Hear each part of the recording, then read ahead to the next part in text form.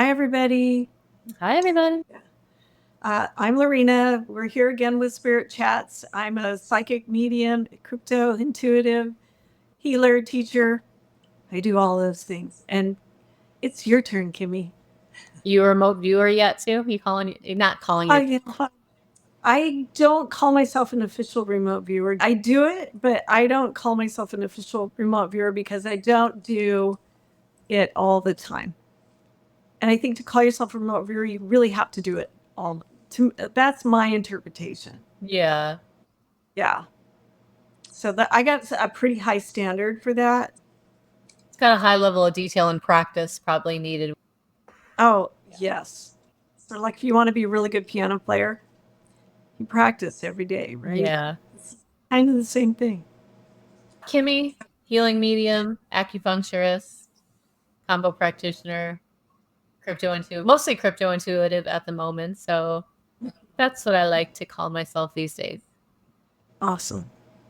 All right. And so today we're going to do a video on 3 steps to quickly awaken your psychic abilities. Woohoo. Yes. People want to Go ahead. really get those results, right? And they want to like feel and see and then feel encouraged. So these 3 things will definitely kind of get you on the right track and quickly.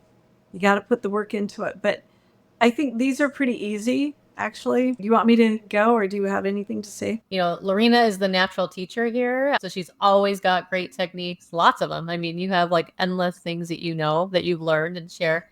But I think, when we came up to these 3 steps, I think they're perfect. So, Yeah. We talked about this beforehand. It was like, yeah, this is cool. So, and I wrote them down. So, first thing is 3 steps to quickly awaken your psychic abilities. Breath work. One of the fastest way to actually open your third eye and your psychic abilities, all of them, whether it's, we say the third eye a lot, but it's being psychic is a whole body system.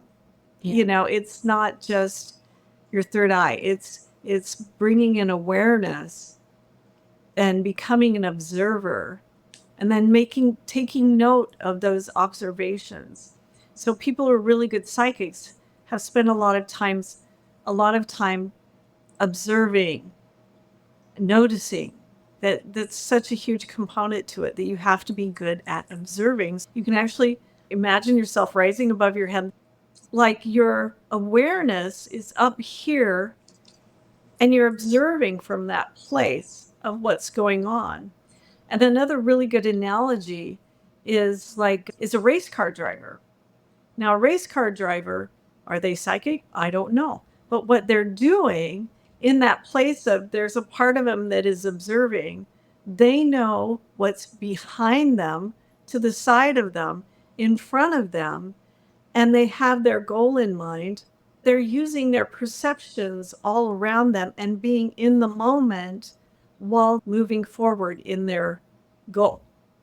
It's a really good way to imagine being psychic. Everything is in the now moment, and you're bring this awareness to you from all around you and seeing from that place and using those perceptions. So what you're doing when you're psychic is you're fine tuning all those things. It's really good for using your awareness and bring that awareness into your perceptions and really fine tuning it. It will help you become more psychic. Anyway, just a nice little tidbit right there to use that. And I've not shared that before. That's just kind of coming to me. So, breath work, affirmations, and visualizations.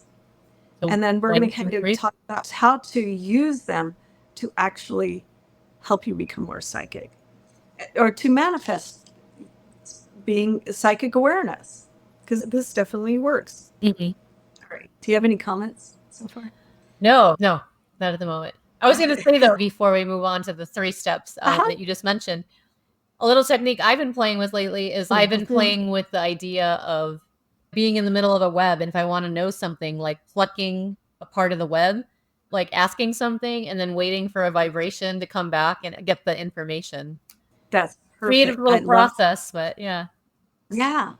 Or you can move one of the strings and see where that information leads. Like, okay, this is going to send something out, like that vibration out on that web, and then it will come back to you at some point. This. Absolutely. But you have to be creative and use your imagination. It's part of being psychic. There's an openness that happens to you when you are creative, when you use your imagination, that helps bring in the information, literally. So the next time you say to yourself, am I just making that up? Stop it. I know. Sometimes we need to ask ourselves that. I think that's a good idea. Yeah. But there are a lot of times when we do that, we're cutting off experiences that actually may be rich with information, with connection, with the divine even, so yeah, we have to ask ourselves that less often. Am I just making that up? Because there's experience in there. Yeah. All right. All right. So how can we use these things to become more psychic? So this is what I do, and this really works. This really, really works. So when you're doing breath work, there is a moment in time when you do breath work. So you're doing the inhale and exhale, inhale, exhale. And at some point, you do breath holds. Now, when you do the breath holds, you hold your breath on the exhale. So after you exhale, you have an empty breath and you hold your breath. So there is some air in your lungs, technically speaking, but you're not bringing an inhale in. You stop and hold your breath. At this time, when you do this, well, it reminded me of being a little kid when we did this in elementary school in the bathrooms. Somebody found out about this, where you do this little thing where you kind of try and choke yourself. Yeah. And you can't breathe. That is a breath hold. But what happens is, yes, you almost pass out. Some people do. Some kids. For some reason, we found out about this when we were doing this. I've done a lot of breath work. This has never happened before. It reminded me of being a kid when you're trying to hold your breath. There's a space in there, if you've ever done breath work, in the inhale and exhale. What happens when you're doing that is your mind gets really quiet and really clear. There's a clarity that exists there. It's like the no space that is pretty amazing. You can do this with both the inhale and the exhale. That quiet moment of the no, it's like no mind, the no mind space where there is a quietness that exists there, is when you can start giving yourself affirmations in this space, because that goes into your superconscious and subconscious mind. What you can do is you're doing this with the breath holds. It works best with the breath holds, in and out, the in breath and the out breath. You tell yourself, I am psychic. I'm an amazing psychic.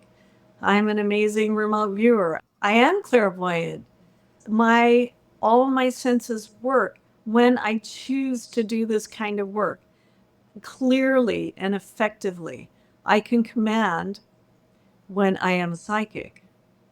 I am psychic. My third eye is open.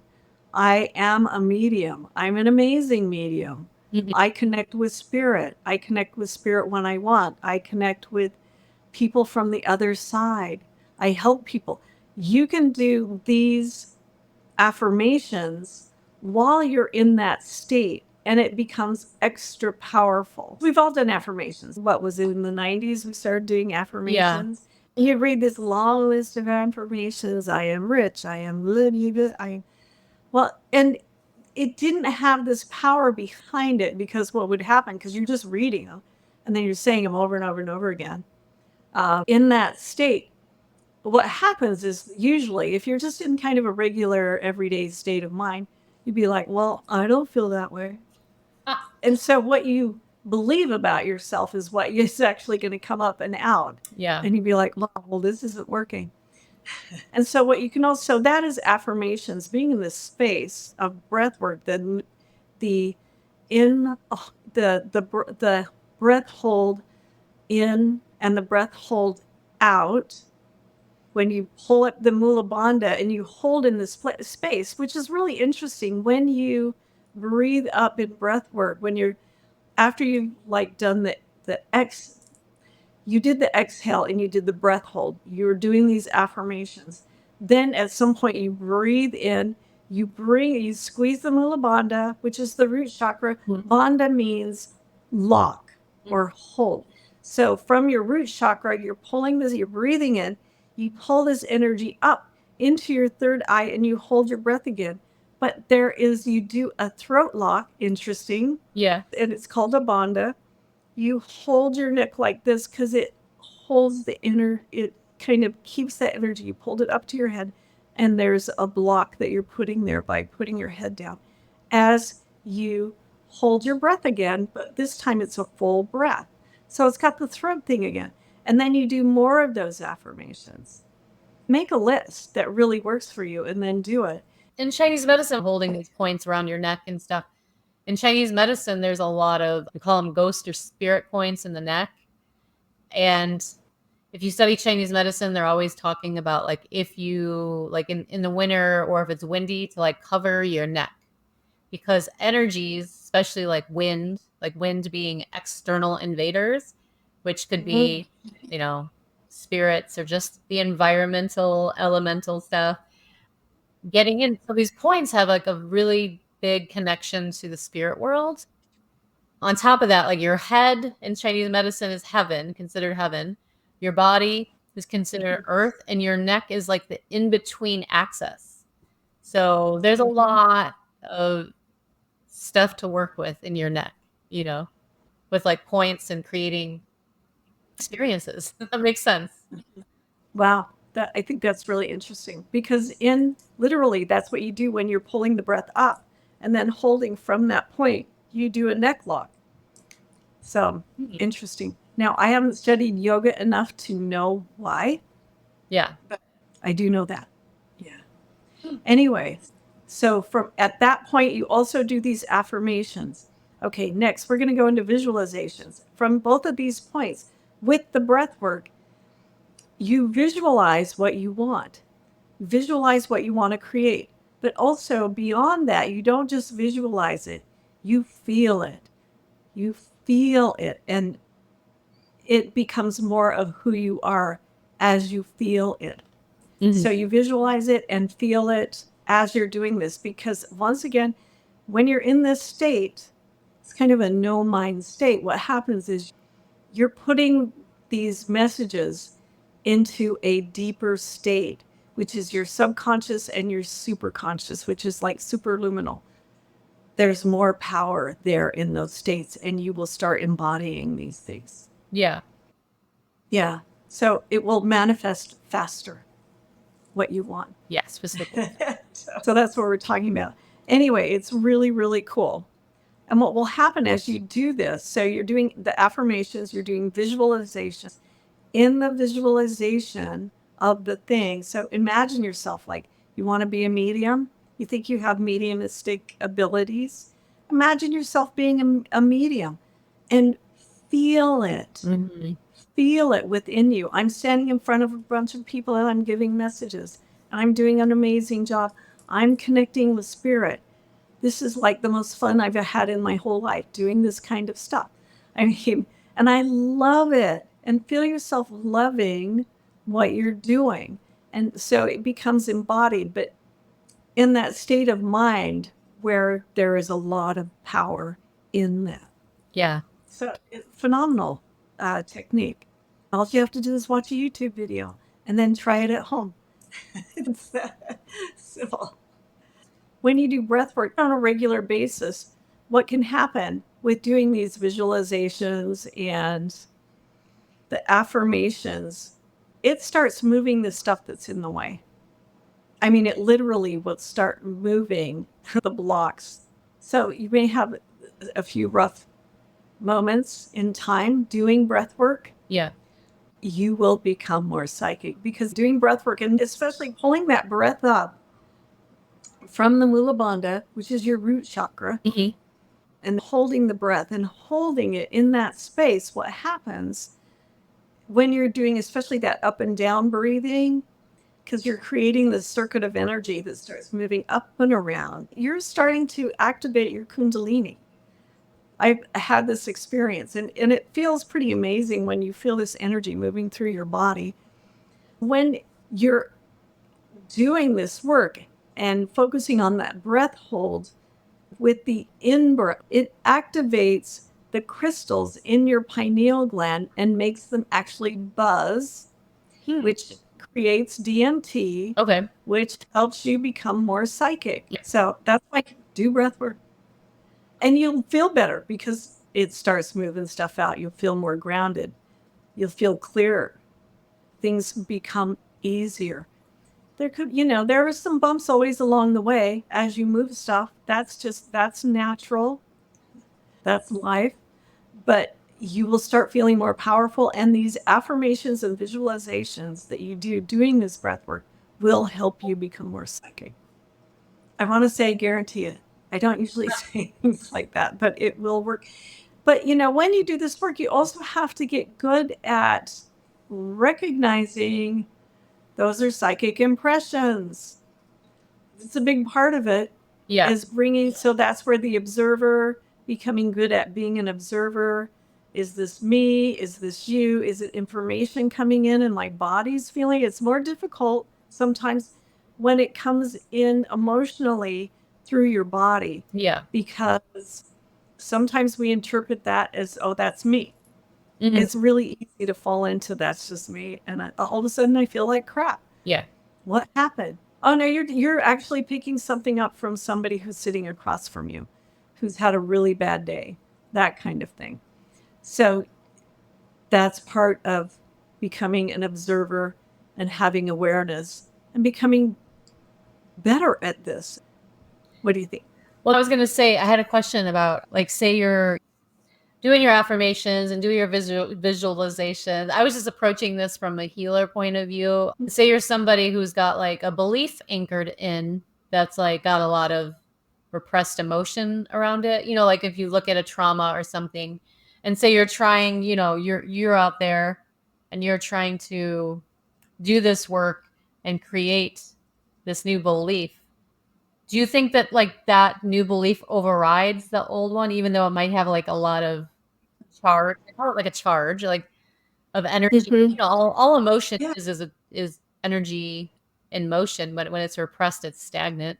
But When something is repressed and stagnant, when information is coming in from these levels of super conscious or subconscious levels, I wouldn't say that it overrides it. I don't think that is what happens. But what Mhm. can happen is some of those old pieces of that block will start coming out and moving, especially with breath work. Okay, So there's almost like an exchange of energy, I guess. As something comes out, something comes in. So that brings you back to awareness and just looking at, wow, well, so I'm feeling this big block coming up around this thing. Well, just sit with it. yeah, Sit with it. What does it feel like? What's it doing there? How has it been serving you in your life? Can you move it? So, what you can do also, and this has to do with identity, like, okay, so I want to feel really, really successful. Wow, I don't feel successful right now, but I want to feel really, really successful. Go into that state and do some affirmations. I am successful. I'm successful at this, whatever, I'm a successful psychic. The resistance, feel where you feel resistance in your body. Where is that? yeah, And then ask yourself, can I embody this new identity of feeling really, really successful? And see what happens inside of yourself. Just feel it out. You might feel something kind of coming up and reversing itself, like, oh, wait a minute. It doesn't feel as strong as it used to feel. In fact, it feels like it's coming up and out. And I'm starting to feel better. Part of it is just accepting to not try and shove that back down. Yeah. If you do feel like this intense resistance, and that's what we were talking about. Affirmations, when everyone was running around doing affirmations in the 90s, did they really work? Well, they sure stuck around. People are still doing it. But if you do it from this place, it's going to work at a different level. So you may feel some of that uncomfortableness. But if you sit with it and accept it and just go, okay, I feel this. It kind of sucks. Yeah. Sit with it. See what happens. Right. Because sometimes things just need recognition. It's like, oh yeah, okay. See what happens. Because it's down deep somewhere in there. Just feel it. See what happens. Let it come out. Shine a light on it. I always have said, my discovery for myself is it's the resistance that's always like 98% of the problem. And then once the stuck emotion comes, it's just like you feel it and it's gone. But it's all the fighting against, you're just like. It's like swimming in a riptide. Yeah. You got to stop fighting. Don't fight it. Just, if you go, what's happening is you're going into a state of beingness. Yeah. You just are. And in those higher states of consciousness, where you can do those affirmations, there's no resist there. That doesn't exist there.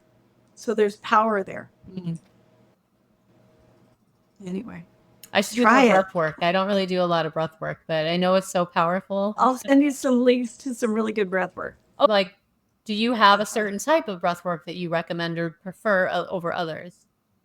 Well, I do a lot of Soma breath. I am actually a Soma breath teacher, practitioner. I was just barely getting out and starting to teach it and do more breath work as far as in groups. Mm-hmm. And then it was like the first day that I did that, the next day that the shutdown from the pandemic happened. Like, boom. Seriously, it was the next day. So that's why I kind of pulled back on that. I still do breath work all the time. I do Soma breath, Soma breath. Niraj, it's great. I really like it. I've done lots of breath work. I also do Wim Hof. Yes. Great. You can do that. It's tumo breathing is what it actually is.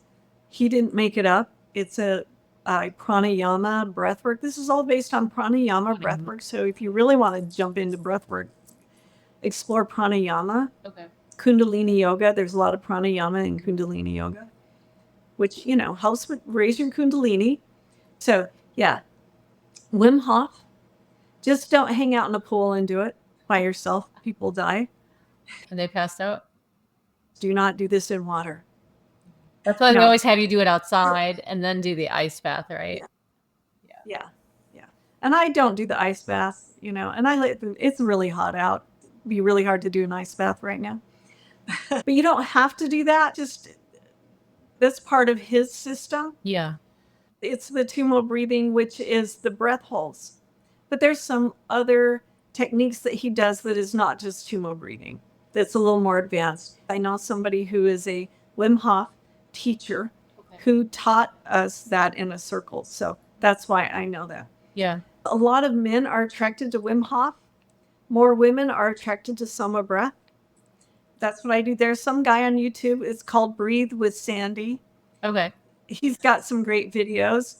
Breathe with Sandy. And of course he's this really good looking guy with long, kind of light brown hair. It's kind of wavy. And of course he has no shirt on. And he has a really soft voice and he brings you through these breathing techniques. I do recommend it, but it's exactly what you would think it would be. Breathe with Sandy. But it's good. It's really good stuff. Yeah. So I recommend it. My sister told me about him. Great stuff. Breathe with Sandy. And of course, there's also Joe Dispenza. He's the one who got everyone talking about the piezoelectric crystals in the pineal gland that get open up when you do the breath work. That is specifically from his scientific research. Now, I'm sure that somebody else discovered it before him, but he kind of popularized that. This all comes from pranayama. Yeah. So, and there are many pranayama techniques. Many. It's like a lot. But anyway, it's all good. But these ones with the breath holds, that's going to get you there. That is going to get you there to where you want to go as far as what we're talking about here. There's breath holds that are empty breath, breath holds that are full breath. Okay. So in breath and out breath, both. Really, really good stuff that takes you into that state really quickly. I should do a science experiment because I'll do it, and then the next time we record, I'll report back to you how it goes, and then I'll take that. What's that? How do you say it? The gold tincture.